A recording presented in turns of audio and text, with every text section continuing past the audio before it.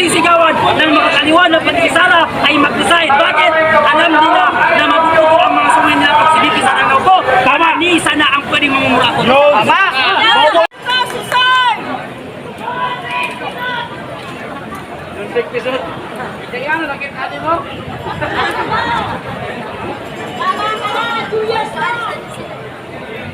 Tayo na po mga kasama, maraming salamat sa inyo.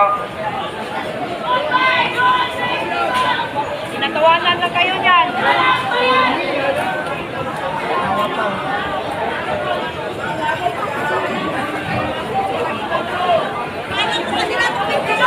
Igaba ka rin! Nagabaan ka! Ayos ka!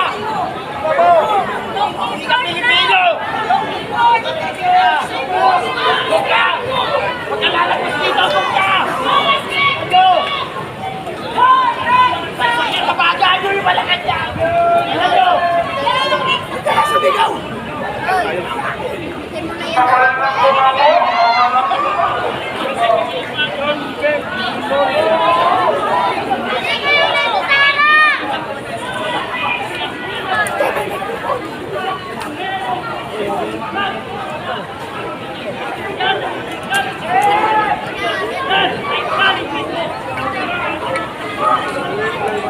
Marcos ay pangatanik!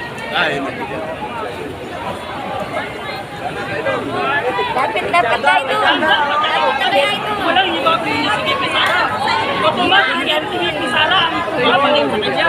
At yan ay ayaw ng mga palawan ng mga na si VP Sara pero hindi nila alam na sila ang gumawa sa batas na yan na pag gumawa ang isang presidente ay ang vice presidente ang susunod. Tapos ngayon, ipagsisigawan ng mga kaliwa ng Pantisara ay mag-decide. Bakit? Alam nila na matututo ang mga sungay nila pag si VP Sara naupo. Tama! Ni isa na ang pwedeng mamumura ko. Tama! Bobo na lang din makakaintindi nun.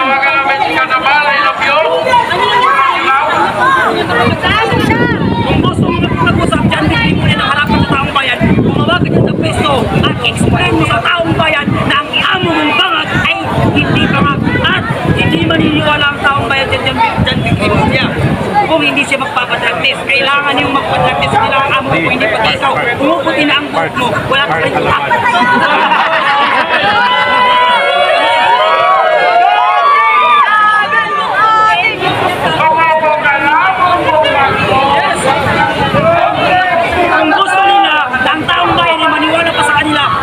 nilang gawin yun para maipakita ng bayan totoo na ang binibintang sa kanila ay hindi totoo. Pala yung mga vlogger namin! Kaya nga, kung kinangin ang RCI yan! Ang taong bayan walang paniniwala sa ICI. Bakit? Ang ICI, ginagawa nila ngayon state witness si Martin Romualdez na alam naman natin na si Martin Romualdez ay isang malaking magnanakaw at ang ICI ay isang bayad na departamento ni Bongbong Marcos na hindi maglalabas ng katotohanan. Naniniwala ba kayo na Sunod-sunod na yan at ang pangarap ng taong bayan ay si Bongbong Marcos sa makukulong patuloy ng Pinoy. Yes, si Bongbong Marcos ay isang malaking alien ng pating.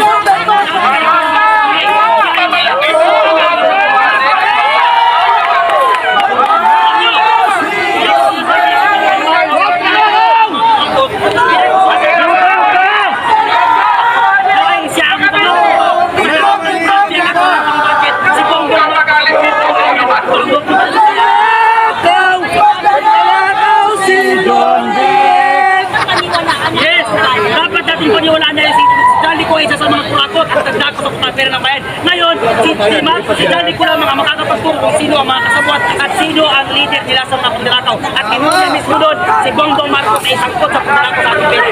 So yung panawagan nyo ngayon, sumama doon? Yes! Yan ang panawagan namin. Kung hindi makakalang pagmumukha mo Bongbong Marcos, bumaba ka na sa pwesto dahil buong sambay ng Pilipino ang nagsisigaw ng Marcos inside. Kaya dapat ka na bumaba sa pwesto mo.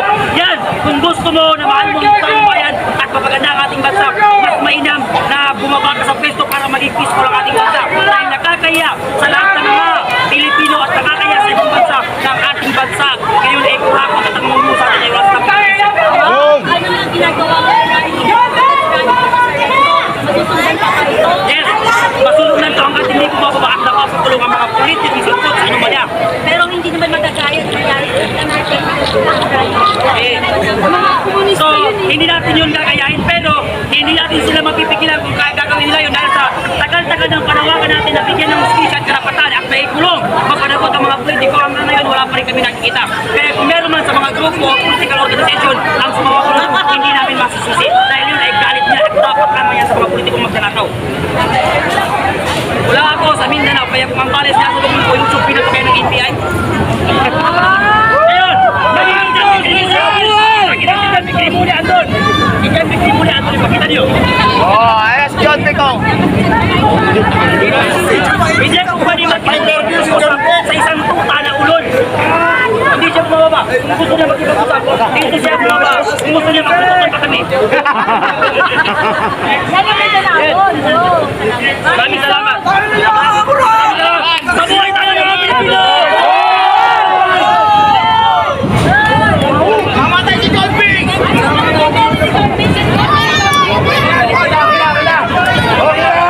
Buhay! Okay na! John Pic! Salamat!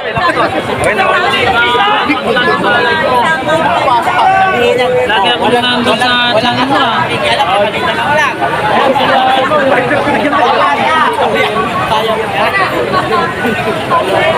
Kapit ako sa inyo eh. Ay, thank you. Paborito mo. Ayan tayo! Wala na, bumaba na ako, nahulog eh. Ang buhayo! Nahulog pa. Nahulog! Tapos sa bago.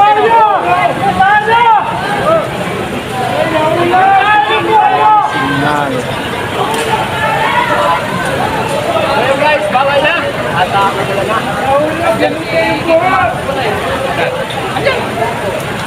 Sa loob na ba? Ayun o.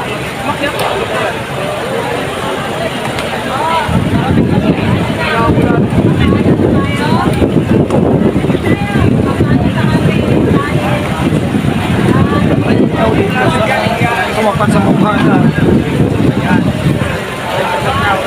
Electric yan. Ayan o, yung ilaw sa... Yung sa... Oh.